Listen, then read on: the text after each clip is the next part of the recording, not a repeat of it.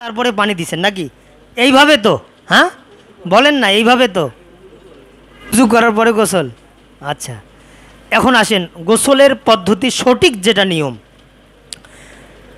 এই গোসলের পদ্ধতি আমি দেখেছি বুখারী, মুসলিম, তিরমিজি, আবু দাউদ, নাসাই, মুস্তাদরাক আল হাকিম বাইহাকি, তারপর হচ্ছে মিশকাতুল মাসাবি, মুসান্নাফ ইবনে আবি সাইবা, মুসান্নাফ আব্দুর রাজ্জাক, তারপরে হচ্ছে সুনানুল কুবরা। এই যে হাদিসের গ্রন্থগুলোতে এক একটাতে এক একটা মানে হাত ধোয়া, পাও ধোয়া, চোখ ধোয়া, মানে এই বিষয়গুলো সব একত্তরে যেটা। আসসালামু আলাইকুম ওয়া রাহমাতুল্লাহি ওয়া বারাকাতুহু।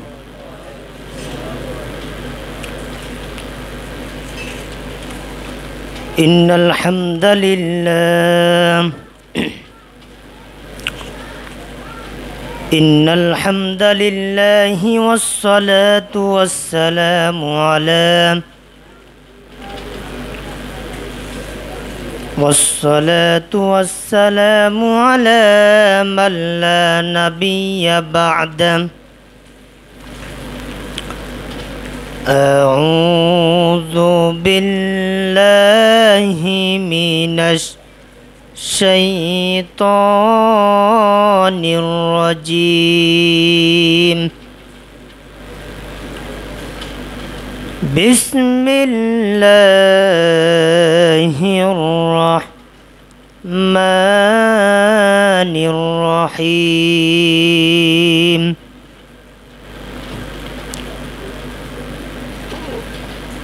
وإن كنتم جنبا فاطهروا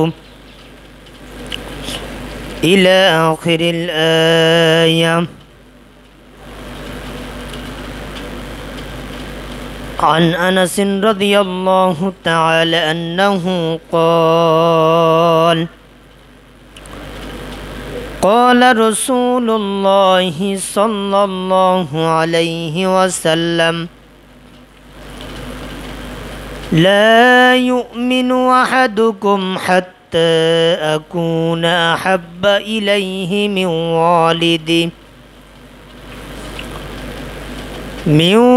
والده وولده والناس أجمعين.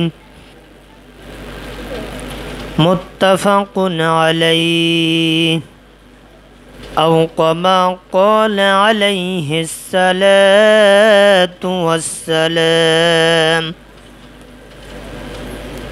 الحمد لله, সমস্ত প্রশংসা সেই মহান মুনিবের দরবারে আদায় করছি, যিনি আজকে আমাদেরকে রবিউল আউয়াল মাসের গুরুত্বপূর্ণ জুমার দিনে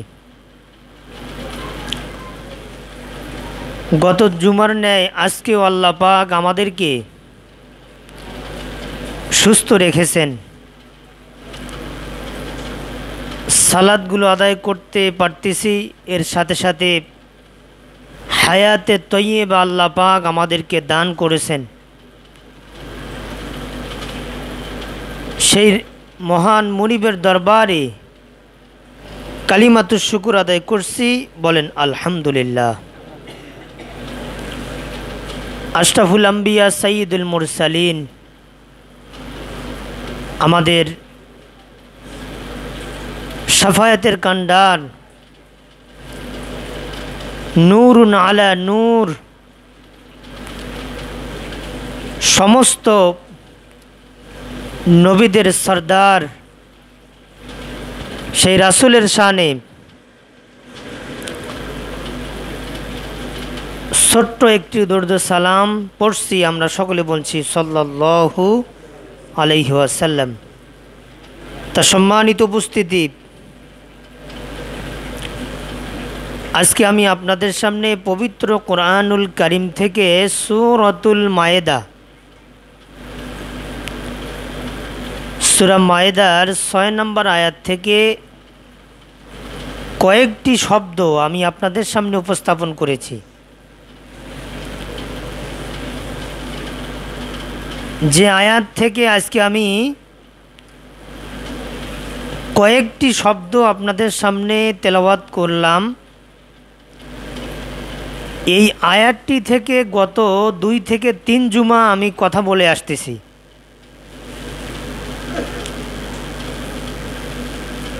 ওই একটি আয়াতের মধ্যে আল্লাহ পাক রব্বুল আলামিন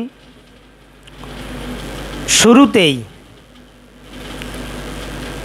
তিনি উযু সম্পর্কে আলোচনা করেছেন, তারপরে গোসল সম্পর্কে আলোচনা করেছেন, তারপরেই তায়াম্মুম সম্পর্কে আলোচনা করেছেন। এর মধ্যে আমি উযু সম্পর্কে কথা বলেছি এক জুমা, গত জুমায় কথা বলেছি তায়াম্মুম সম্পর্কে। আবার আজকে আমি আপনাদের সামনে বলতে চাই গোসল সম্পর্কে, আল গসলু। এই গোসল সম্পর্কে আমি বলতে চাই কারণ আমাদের অনেকেরই অজানা ফরজ গোসল, মুস্তাহাব গোসল কেমনে করতে হয়। এখন দেখা গেছে আমার উযু ঠিক আছে, আমার গোসল ঠিক নাই, তাহলে চিন্তা করেন তো আমাদের ইবাদতগুলো আল্লাহর কাছে কবুল হওয়া যোগ্য না অযোগ্য হবে বলেন তো? গোসলটা আমরা ঠিকভাবে করতে পারলাম না, উযু করলাম ঠিক, সালাত পড়তেছি, কিন্তু গোসলের প্রয়োজন। গোসল আমরা অনেকেই জানি না। তা আজকে আমি আপনাদের সামনে ওই গোসল সম্পর্কে কিছু কথা বলতে চাই কোরআন এবং হাদিস থেকে। আমাদের সকলের আমলিয়াত জীবন, আজকের আলোচনা শোনার পরে বাস্তব জীবনে কবুল, সব কিছু কামনা করছি। আমরা বলছি আল্লাহুম্মা আমিন। তা সম্মানিত উপস্থিতি, আমি আজকে গোসল সম্পর্কে আলোচনা করার আগেই গুরুত্বপূর্ণ একটি হাদিস আমি আপনাদের সামনে বলতে চাই। এই হাদিসটি বলেই আমার কাঙ্ক্ষিত আলোচনাটি আমি শুরু করতে চাই। আল্লাহ পাক যেন কবুল করেন। বিমাশিয়াতিল্লাহি তাআলা বিফদলিল্লাহ আল্লাহু আ'লামু বিস-সাওয়াব। আল্লাহ যেন কবুল করেন। আমরা সকলে বলছি আল্লাহুম্মা আমিন। তা বলতে চাই, এই দুনিয়াতে আমরা যারা বর্তমানে অবস্থান করছি, আমরা কেবলমাত্র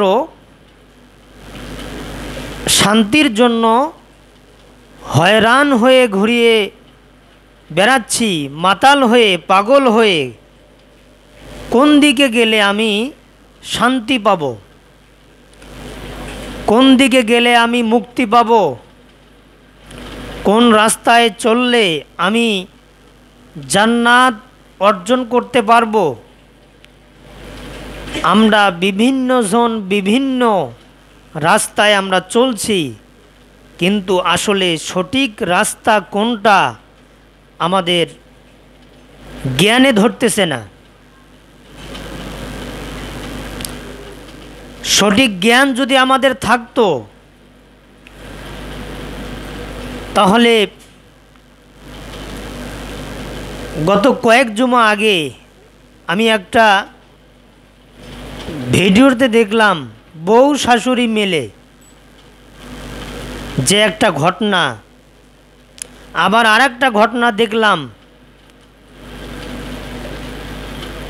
বউ এবং ছেলে মিলে যেভাবে ওই শাশুড়িকে পিটাচ্ছে, মারতেছে। এক কথায় শুরুতেই ওই সন্তানের সামনে মাকে যেভাবে পিটাচ্ছে বউ,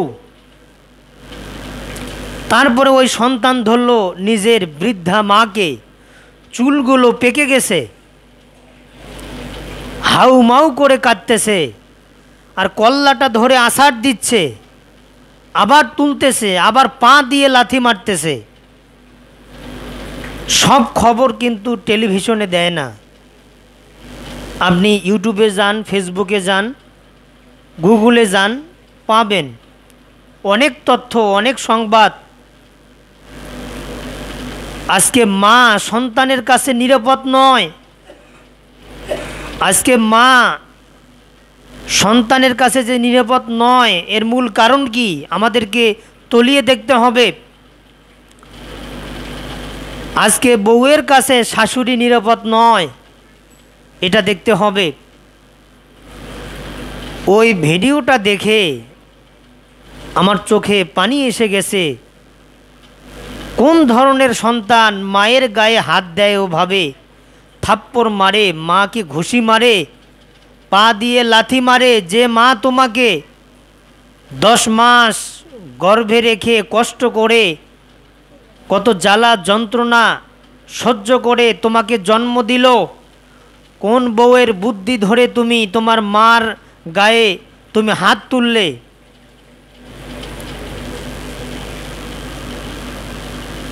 এজন্য আমাদেরকে বুঝতে হবে, দুনিয়াতে আপন যদি আমরা ধরি, আপন আল্লাহর পরে যে ব্যক্তিরা আপন, তারা হচ্ছে বাবা মা। বাবা মার মতো আপন আর কেউ হতে পারে না, দুনিয়াতে নাই। আজকে বউকে খুশি করার জন্য মাকে আলাদা করে দেয়, বাবাকে আলাদা করে দেয়। ওই সমস্ত কুলাঙ্গার সন্তানের জন্য বাবা মা তো নাই নাই সাথে, আবার অবশেষে ওই বউটাও সাথে থাকে না, পালিয়ে যায়। কত রহরহ ঘটনা আমরা দেখতেছি। স্বামী থাকে বিদেশে,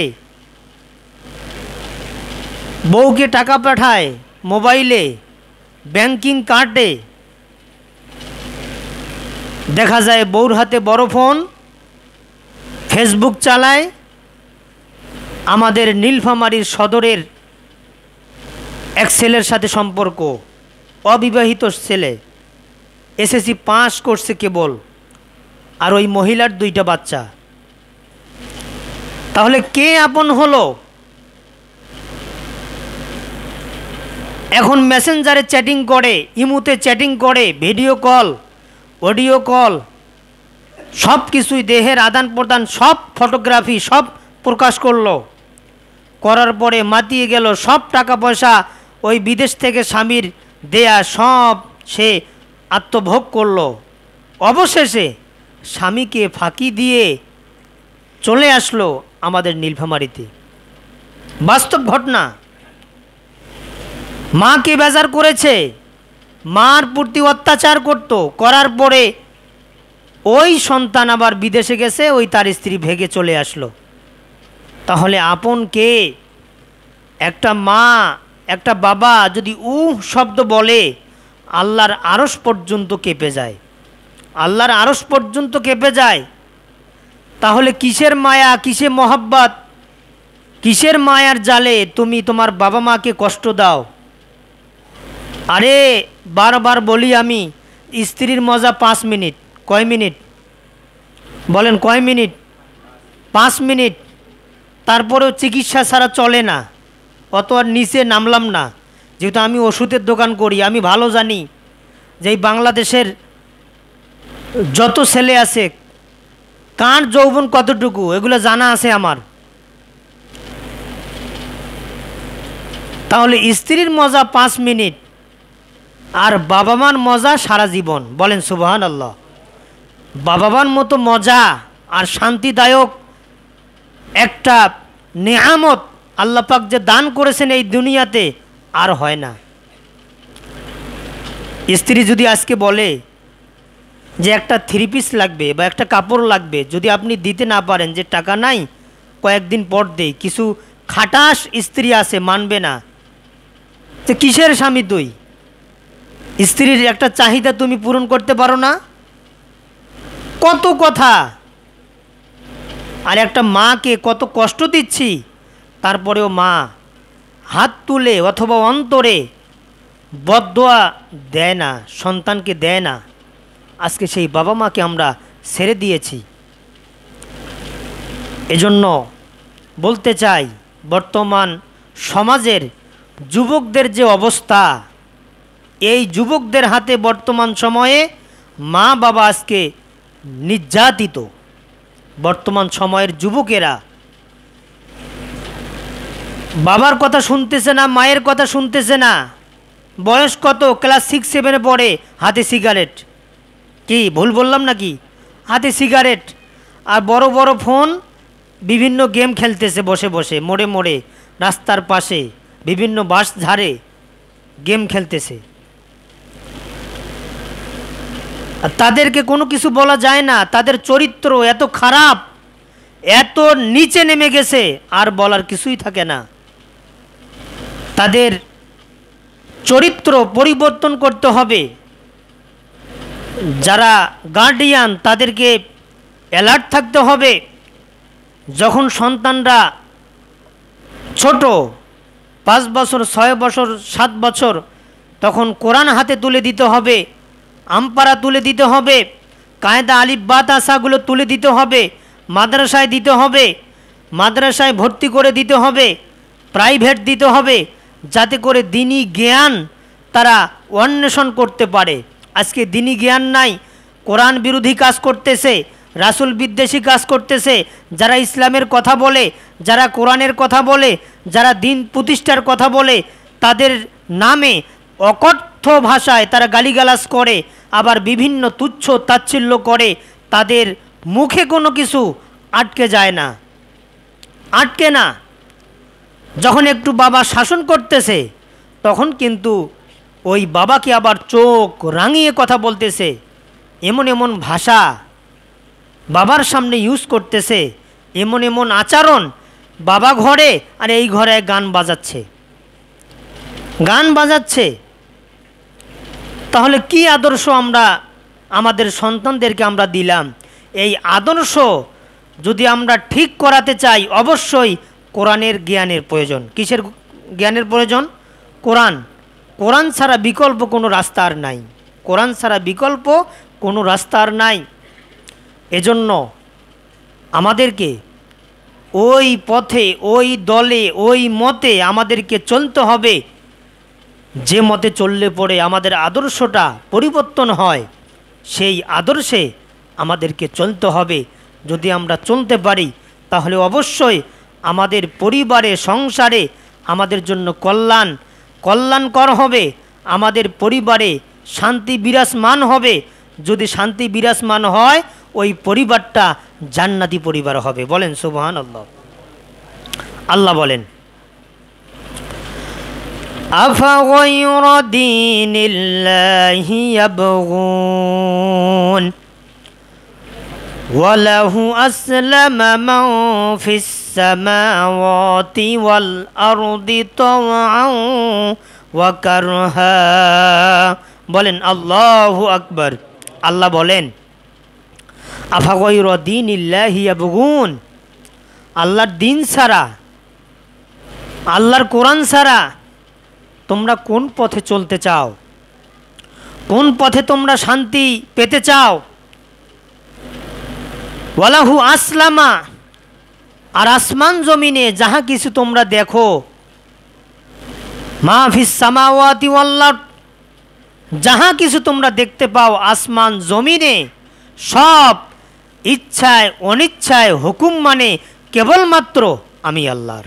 বলেন সুবহানাল্লাহ। কিন্তু একমাত্র আমরাই, যারা আশরাফুল মাখলুকাত, সৃষ্টির যারা সেরা, এরাই কিন্তু আল্লাহকে মানে না, এরাই আল্লাহকে মানে না। এজন্য আমাদেরকে চিন্তা ভাবনা করে চলতে হবে, যে রাস্তায়, যে পথে, যে মতে চললে আমি শান্তি পাব, সেই রাস্তায় আমাকে বেছে নিয়ে চলতে হবে। এটাই আমাদের জন্য কল্যাণ। বলেন সুবহানাল্লাহ। তাহলে আমি আজকে আপনাদের সামনে সূরাতুল মায়েদা, বলেন তো কোন সূরা, নামটা বলেন তো, সবাই বলেন, হয় নাই। সূরা মায়েদা মানে এই যে কোরআনুল কারীম, এটা আল্লাহর একটা কিতাব, এই কিতাবের মধ্যে একটা সূরা, এই সূরার নামটা বললেও কি আপনাদের সমস্যা আছে নাকি? কষ্ট হয়, ব্যথা লাগে, আল্লাহর কাছে মানে আল্লাহর সাথে কোনো দ্বন্দ্ব আছে নাকি আপনাদের? তা দ্বন্দ্ব যদি নাই, তা বলেন তো সূরাতুল মায়েদা আয়াত নাম্বার 6, মনে আছে না? গত জুমায় এই আয়াতটা থেকে কথা বলছি, মনে আছে না? হ্যাঁ, কি সম্পর্কে কথা বলছিলাম? তায়াম্মুম। এই তায়াম্মুম সম্পর্কে যে বলছি, আপনারা কি ভুলে যাবেন না মনে রাখবেন? মনে রাখবেন। আর আজকে আমি কথা বলতে চাই ওই আয়াতটা থেকে মাঝখানে, ওয়াইন কুনতুম জুনুবাং ফাত্তাহহারু, আল্লাহ বলেন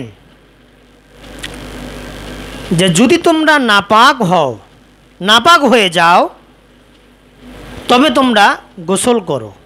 কথাটা কার?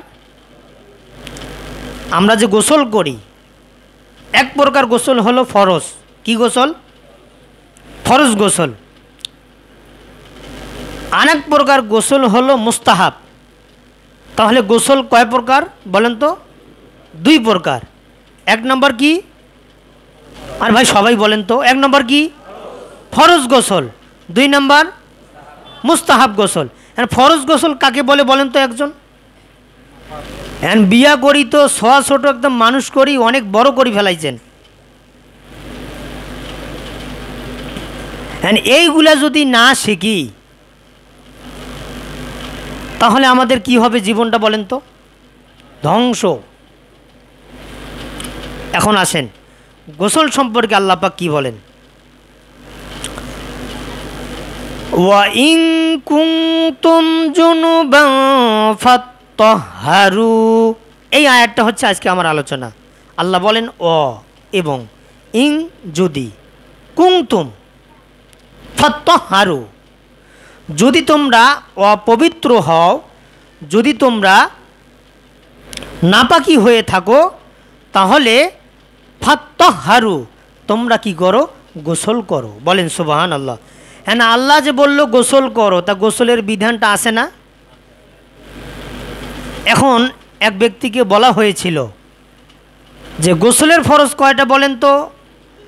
তখন ওই ব্যক্তি বলছিল যে গোসলের ফরজ অনেক প্রকার, কিন্তু আমার জানা মতে 3 প্রকার। 1 প্রকার হলো লুঙ্গি, 2 প্রকার সাবান, 3 প্রকার পানি। এই 3টা দিয়ে গোসল করতে হয়। গোসলের প্রকার এই 3টা বলে দিল, লুঙ্গি, সাবান, পানি। সাবান দিয়ে ঘষতে হবে সাবান লাগিয়ে, আবার লুঙ্গি তো লাগবেই, আবার পানি তো লাগবেই। 3 প্রকার। তাহলে বলেন তো গোসলের ফরজ কি ওই লুঙ্গি, সাবান, পানি? না। তাহলে কি আমাদের শেখার দরকার আছে না? আছে।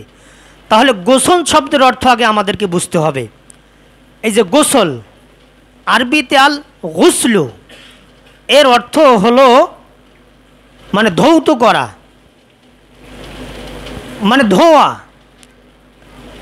আর শারঈ পরিভাষায় এই গোসলকে বলা হয় কীরকম? যে পবিত্রতা অর্জনের নিয়তে উজু করে পূর্ণাঙ্গ রূপে ধৌত করাকে গোসল বলে। বলেন সুবহানাল্লাহ। এটাকে বলা হয় গোসল।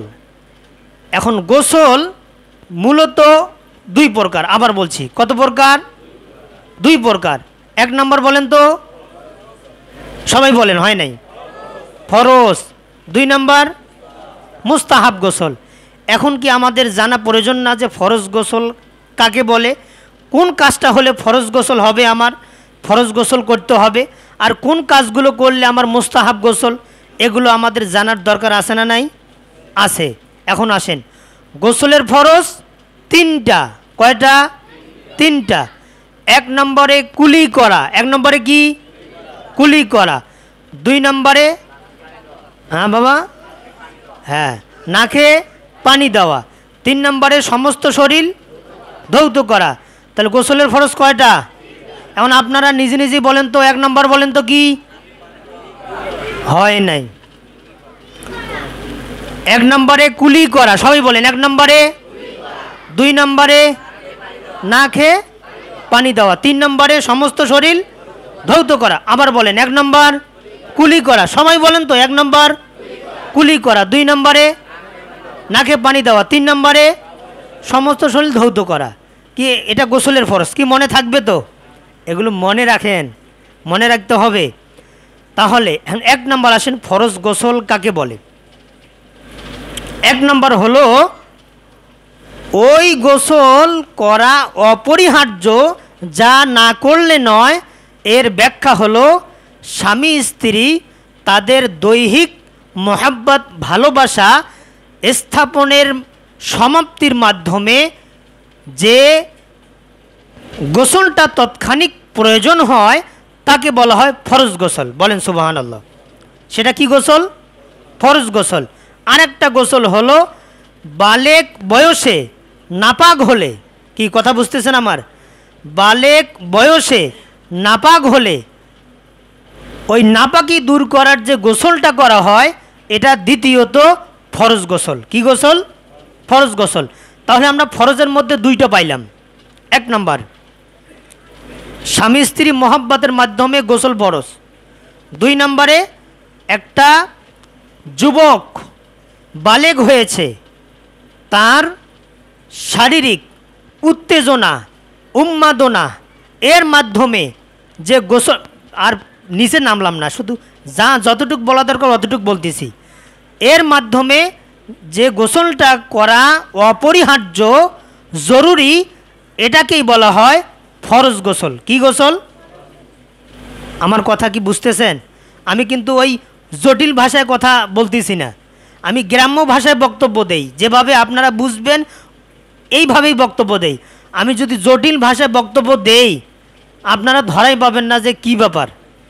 এক একটা শব্দ এক রকম, যেহেতু আমার বাংলায় অনার্স মাস্টার্স করা আছে, বুঝছেন? তো এইদিকে যাচ্ছি না। তাহলে মুস্তাহাব গোসল হচ্ছে ওইটা যে গোসলগুলো করা অপরিহার্য নয়, কিন্তু গোসলগুলো করলে নেকি হয়, ওই গোসলগুলোকে মুস্তাহাব গোসল বলে। বলেন সুবহানাল্লাহ। এর মধ্যে যে জুমার দিনে এবং 2 ঈদের দিনে যে আমরা গোসল করি এই গোসলগুলো কি গোসল? মুস্তাহাব গোসল। কি গোসল? মুস্তাহাব গোসল। এই মুস্তাহাব গোসলগুলো আমরা যদি করি অথবা যদি এই মুস্তাহাব গোসল নাও করি তারপরে কোনো গুনাহ হবে না। মুস্তাহাব গোসল না করলে গুনাহ হয় না, কিন্তু ফরজ গোসল না করলে কি হবে? আল কাবাইর, কবিরা গুনাহ হবে, পাপ হবে, এর কোনো আমল আল্লাহর দরবারে কবুল হবে না ওই অবস্থায়। তাহলে দেখেন মুস্তাহাব গোসল আমি যেটা হাদিস থেকে বের করেছি সেটা হলো 6 প্রকার। কত প্রকার? 6 প্রকার হচ্ছে মুস্তাহাব গোসল। এর মধ্যে 1 প্রকার হলো জুমার সালাতের পূর্বে যে আমরা গোসলটা করি এটা হচ্ছে মুস্তাহাব গোসল। কি গোসল? মুস্তাহাব গোসল। 2 নম্বর হচ্ছে মুর্দাকে গোসল দেওয়ার পরে যে ব্যক্তি গোসল করালো তারা নিজে যে গোসলটা করে এই গোসলটা হচ্ছে মুস্তাহাব গোসল। কি গোসল? মুস্তাহাব গোসল। মানে যারা করাবে মুর্দাদেরকে, মুর্দাকে যারা গোসল করাবে এদের নিজের গোসলটা করা মুস্তাহাব। আর 3 নম্বর হচ্ছে ইসলাম গ্রহণ করার সময় গোসল করা, এটা মুস্তাহাব গোসল। আর 4 নম্বরে হজ এবং উমরা এহরাম বাঁধার পূর্বে যে গোসলটা করা হয় এটা মুস্তাহাব গোসল। কি গোসল? মুস্তাহাব গোসল। আর 5 নম্বর আরাফার দিন যে গোসল করা হয় এটা মুস্তাহাব গোসল। আর 6 নম্বর 2 ঈদের দিন সকালে যে আমরা গোসল করি এই গোসলটা হচ্ছে মুস্তাহাব গোসল। তাহলে কয়টা বললাম? 6টা।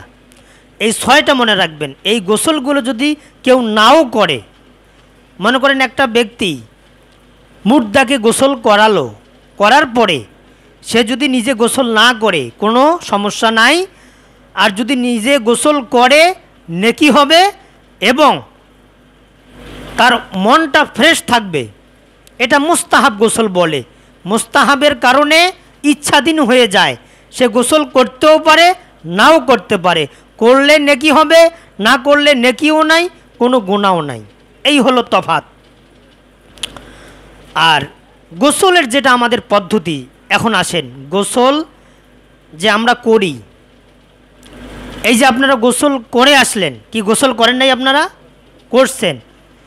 একজন কি আমাকে বলতে পারবেন যে আপনারা কেমনে গোসল করলেন বাড়িতে? কি আমি কাউকে বলবো না আপনারা নিজে ইচ্ছায় বলবেন আমাকে কিভাবে গোসল করছেন? ওই টিউবওয়েলের পরে গেছেন, যাওয়ার পরে ওই মগ নিয়ে পানি সাথে সাথে, নাকি না আগে এই গুল আর যদি জর্দাদি পান থাকে মুখে, তারপরে পানি দিছেন নাকি? এইভাবে তো, হ্যাঁ বলেন না, এইভাবে তো। হ্যাঁ, তারপর উজু করার পরে গোসল। আচ্ছা, এখন আসেন গোসলের পদ্ধতি সঠিক যেটা নিয়ম। এই গোসলের পদ্ধতি আমি দেখেছি বুখারী, মুসলিম, তিরমিজি, আবু দাউদ, নাসাই, মুস্তাদরাক আল হাকিম বাইহাকি, তারপর হচ্ছে মিশকাতুল মাসাবি, মুসান্নাফ ইবনে আবি সাইবা, মুসান্নাফ আব্দুর রাজ্জাক, ইরাউল গলিল, তারপরে হচ্ছে সুনানুল কুবরা। এই যে হাদিসের গ্রন্থগুলোতে এক একটাতে এক একটা, মানে হাত ধোয়া, পাও ধোয়া, চোখ ধোয়া, মানে এই বিষয়গুলো সব একত্রে যেটা, সেটার বিধান হলো এই, গোসলের পদ্ধতি হলো এই। 1 নম্বর হলো মনে মনে নিয়ত করতে হবে। কি করতে হবে? নিয়ত করতে হবে। কিসের নিয়ত? গোসলের নিয়ত করতে হবে। 2 নম্বরে বিসমিল্লাহির রহমানির রহিম, এটা বলতে হবে। বিসমিল্লাটা বলতে হবে। বলার পরে 3 নম্বরে যে কাজ, যদি ফরজ গোসল হয়ে থাকে, মনে রাখেন, যদি ফরজ গোসল হয়ে থাকে, বিসমিল্লাহ বলার পরে তার গুপ্ত অঙ্গ পরিষ্কার করতে হবে। কি করতে হবে? পরিষ্কার করতে হবে। তারপরে হাত 2টা কবজি পর্যন্ত কি ভালোভাবে ধুইতে হবে। নাপাকি হাতে লাগতে পারে, এটা লাগতে পারে স্বাভাবিক। তা 2 হাত ভালোভাবে কবজি পর্যন্ত ধুইতে হবে। প্রথমে নিয়ত, তারপরে বিসমিল্লাহ, আর তারপরে 3 নম্বরে হলো কবজি পর্যন্ত ভালোভাবে ধুইতে হবে। এরপরে গুপ্ত অঙ্গ জায়গাটা খুব ভালোভাবে পরিষ্কার করতে হবে। পরিষ্কার করার পরে 4 নম্বরে সালাতের উজুর ন্যায় উজু করতে হবে। মানে ধারাটা কি আমি বুঝাইতে পারতেছি আপনাদেরকে? ধারাটা, নিয়মটা। তা উজু করার ন্যায় উজু করতে হবে। করার পরে 5 নম্বরে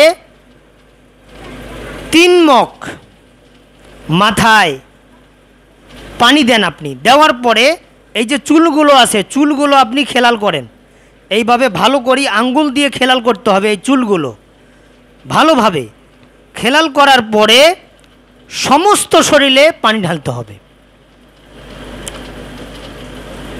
এটা হলো গোসলের পদ্ধতি, সহজভাবে বললাম। তাহলে 1 নম্বর কি করতে হবে বলেন, সবাই বলেন? মনে মনে নিয়ত করতে হবে। কি করতে হবে? নিয়ত করতে হবে। 2 নম্বরে বিসমিল্লাহ বলতে হবে। কি বলতে হবে? বিসমিল্লাহ বলতে হবে। বলার পরে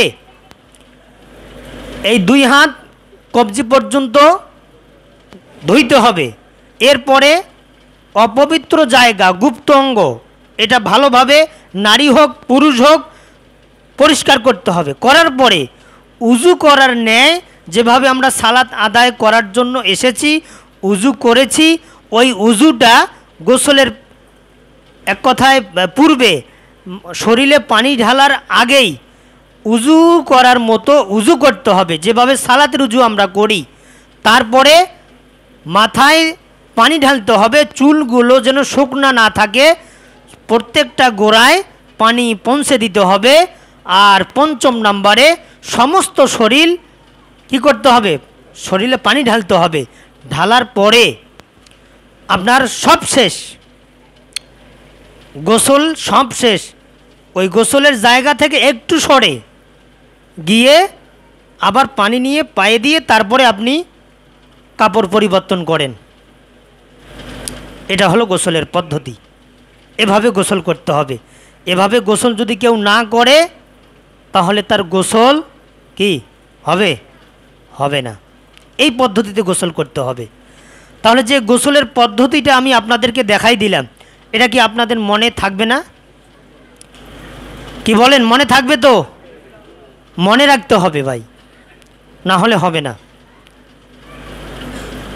আর এত জটিল ওয়াজে কিভাবে যাই এগুলো যদি আপনারা না জানেন, তায়াম্মুম যদি না জানেন, উজু যদি না জানেন, গোসল যদি না জানেন, তাহলে ওই যে ফাতেমা, মরিয়ম, বেলাল, খাব্বাব, খুবাইব, ওই বক্তব্যগুলো আপনি কেমনে দেই?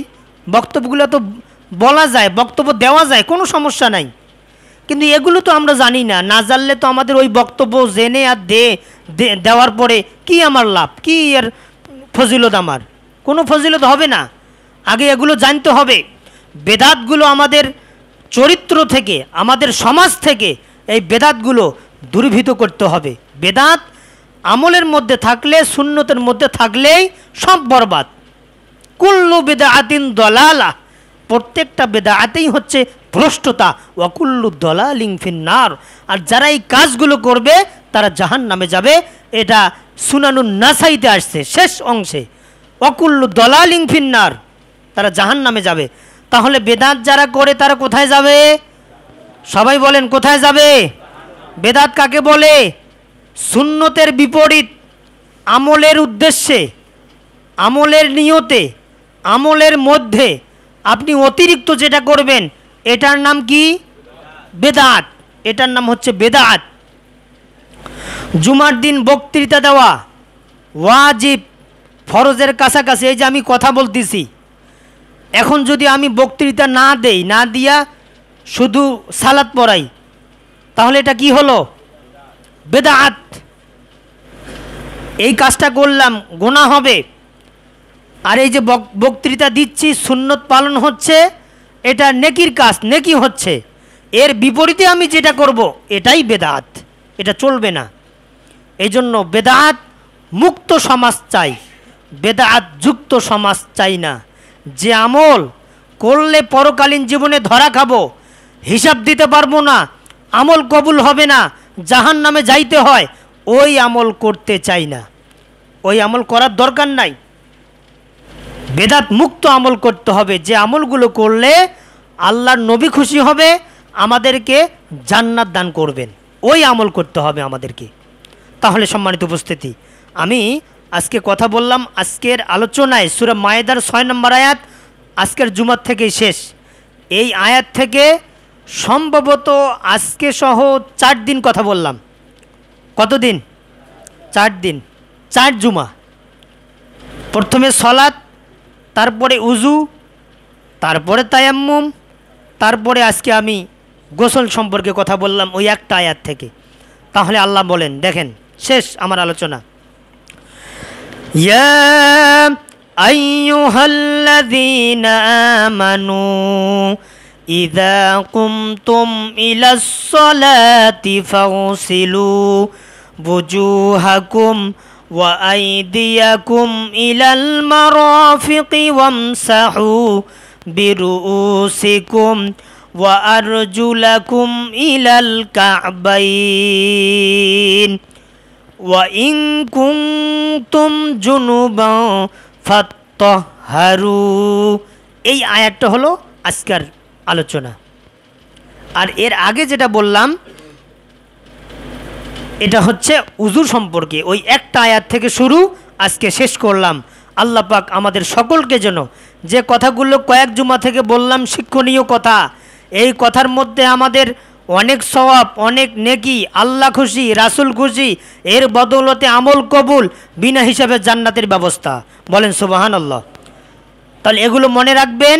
আজকে গোসল সম্পর্কে যাহা কিছু বললাম পদ্ধতি অবশ্যই মনে রাখতে হবে, কয়েক জুমা পরে হঠাৎ করে আমি ধরাইতে পারি যে বলেন তো গোসল যে জুমার দিন করে আসলেন কেমনে করলেন, ধরাইতে পারি।